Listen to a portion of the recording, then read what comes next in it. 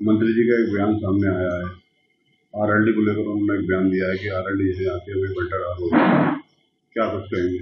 देखिए, आरएलडी को नहीं दिया है, उन्होंने बीजेपी के खिलाफ भी किया है। इसमें सबसे जो महत्वपूर्ण बात जो हम कहना चाहते हैं वो ये है कि माननीय मंत्री जी को बिना सोचे समझे उन्होंने जिस तरह से बात कही है, आरएलडी मंत्री जी आरएलडी के गर्भ से पैदा हुए हैं, आरएलडी जननी है उनकी।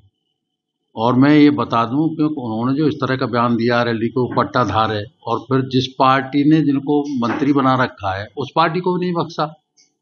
उन्होंने कह दिया कि बीजेपी का तो बंटाधार हो गया, ये भी उन्होंने कहा।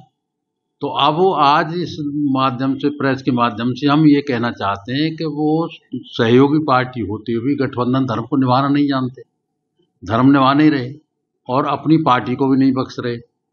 तो ऐसी परिस्थिति में हम ये मांग करते हैं कि जो गठबंधन निभाने का जो सम्मान नहीं करना जानते, अपनी पार्टी के खिलाफ भी बोल रहे हैं, तो निश्चित रूप से लोकदल की तरफ से ये मांग करते हैं कि भाई ऐसे मंत्री को, जो कैबिनेट मंत्री बना रखा है उत्तर प्रदेश में, ऐसे मंत्री को तुरंत पद से हटा देना चाहिए, उसको बर्खास्त कर देना चाहिए। क्योंकि इसमें जो इस तरह की, जब उसकी सहनशीलता खो चुके हैं, उनका अपना मानसिक संतुलन बिगड़ गया है। और सबसे बड़ी बात मैं आपको बता दूं कि लोकदल ने इनको क्या क्या दिया है।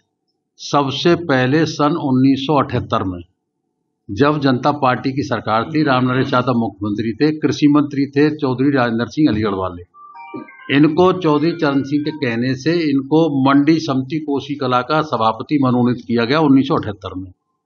उसके बाद लोकदल ने 1984 में इनको विधानसभा की टिकट दी छाता से, इन्हें बंद कर लो, विधानसभा की टिकट दी छाता से। और छाता से जब इनको चुनाव लड़ाया विधानसभा के लोकदल के उस पर, तो आप ताज्जुब करेंगे, मैं खुद उस मीटिंग में मौजूद था। स्वर्ग चौधरी चरण सिंह, श्रद्धेय चौधरी चरण सिंह मीटिंग करने आए थे कोसी में, और कोसी में आके इस व्यक्ति के लिए उन्होंने झोली फैला के वोट मांगी थी।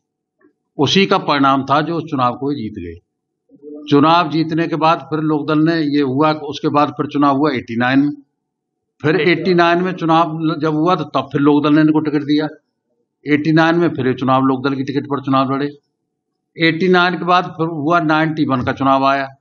91 में लोकसभा का चुनाव चौधरी अजीत सिंह ने इनको लड़ाया। 91 में चौधरी अजीत सिंह ने लोकसभा का चुनाव ने लड़ाया। उसके बाद 91 का चुनाव लोकसभा का हार गए।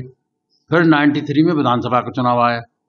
विधानसभा के चुनाव में सबसे सुरक्षित सीट जो लोकदल की मानी जाती थी, गोकुल से इनको प्रत्याशी बनाया लोकदल का चौधरी अजीत सिंह, और गोकुल में भी जाके हार गए। और गोकुल में जाके हारने के बाद 93 का था। उसके बाद फिर 96 हुआ। 96 में फिर चौधरी अजीत सिंह जी ने इनको पार्लियामेंट का फिर दोबारा चुनाव लड़ाया, पार्लियामेंट लोकदल से, उस चुनाव को हार गए। फिर 1996 में ही विधानसभा का 6 महीने बाद चुनाव हुआ था, तो उसमें चौधरी अजीत सिंह जी कांग्रेस के में चले गए थे। तो कांग्रेस और बीएसपी का गठबंधन था, उसमें ये जो कांग्रेस के टिकट दिलवाई और कांग्रेस से इनको लड़वाया, और लड़वाने के बाद ये बसपा से चुनाव जीते, और जीतने के बाद चौधरी अजीत सिंह को धोखा दे करके चले गए और लोकतांत्रिक कांग्रेस पार्टी बना ली। और लोकतांत्रिक कांग्रेस पार्टी, जिसमें वो नरेश अग्रवाल वगैरह जिन्होंने बनाई थी, तो ये जाके राजनाथ सिंह की सरकार में शामिल हो गए, मंत्री बन गए। और ये बात, और इसके साथ ही मैं आपको बता दूं कि उसी समय इन्होंने चौधरी अजीत सिंह से सबसे ज़्यादा फायदा उठाया कि उन्होंने कांग्रेस का अध्यक्ष बनाया इन जिले का। और सबसे बड़ी जो उपलब्धि इनको कराई, गैस एजेंसी चौधरी अजीत सिंह ने दिलवाई इनको, गैस एजेंसी उसी समय चौधरी अजीत सिंह ने इनको दिलवाई, जो कहते हैं लोकदल की बात करते हैं। उसके बाद ये धोखा देख चले गए उसके साथ राजनाथ सिंह सरकार में। अब राजनाथ सिंह सरकार में जाने के बाद 2002 में लोकदल का और बीजेपी का गठबंधन हो गया, इनको टिकट नहीं मिली, तो राजनाथ को भी धोखा दे के निर्दलीय चुनाव लड़ गए 2002 में।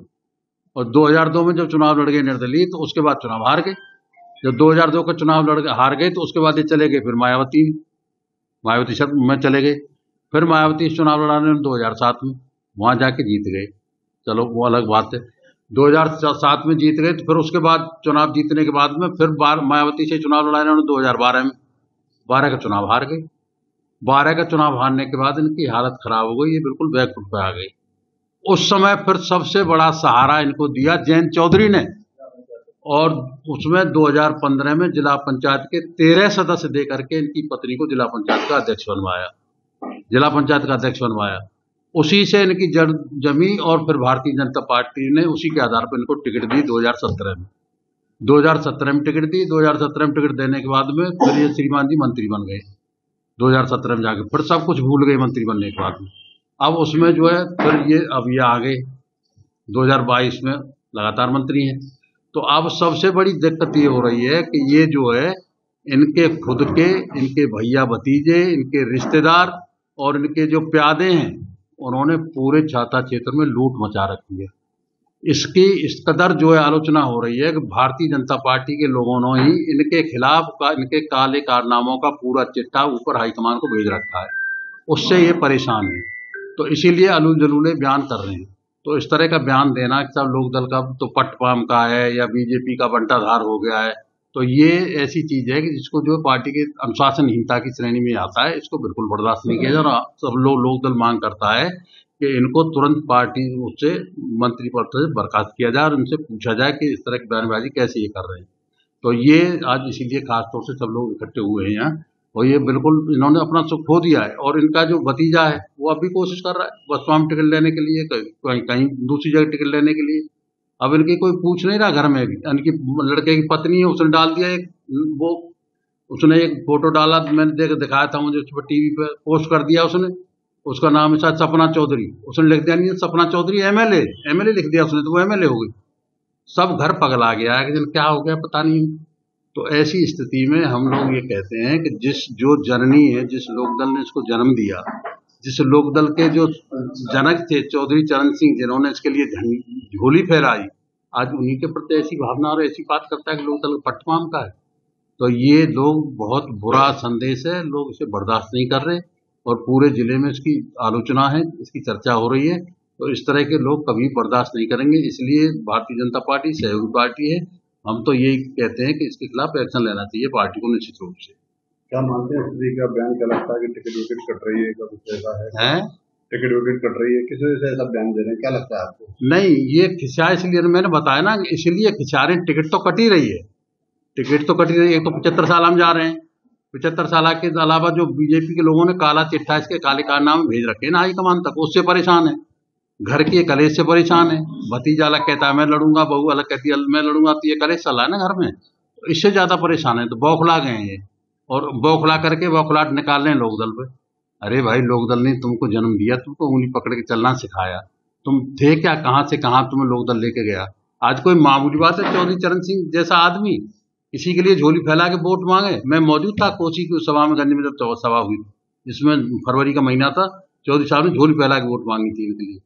आज वो इस तरह की बात करते हैं उस जनक के लिए जिसने इस तरह का किया। तो ये इसको बर्दाश्त नहीं कर रहे लोग, इसको कतई इस तरह की बात जो है बर्दाश्त नहीं होगी। और निश्चित रूप से हम मांग करते हैं कि योगी जी से कि मुख्यमंत्री जी ऐसे व्यक्ति को इसके खिलाफ अनुशासनिक कार्रवाई करें और उससे मंत्रिमंडल से बर्खास्त करें। अगर भाजपा कोई कदम नहीं उठाती तो आपकी अगली रणनीति क्या होगी? देखिए, भाजपा अगर कदम नहीं उठाती है तो हमारी तो कोई बात ही नहीं है। हमारी रणनीति के हमारे खिलाफ तो उसने जो कुछ कहना है कह ही दिया, लेकिन इसमें हमने तो पूरा लोकदल इसका बहिष्कार करके रखेगा। और भारतीय जनता पार्टी का ये अलग की चीज है कि भारतीय जनता पार्टी इसके गले में कभी उतरी नहीं। ये तो भारतीय जनता पार्टी के लोग सब खिलाफ हैं इसको भारतीय जनता पार्टी के लोग पसंद नहीं करते, है नहीं भारतीय जनता पार्टी का, इसके खून में नहीं है। कभी मायावती में, कभी कांग्रेस में, कभी कहीं। तो ये बीजेपी का नहीं है, इसको वो बर्दाश्त ही नहीं करते, इसको स्वीकार नहीं करते।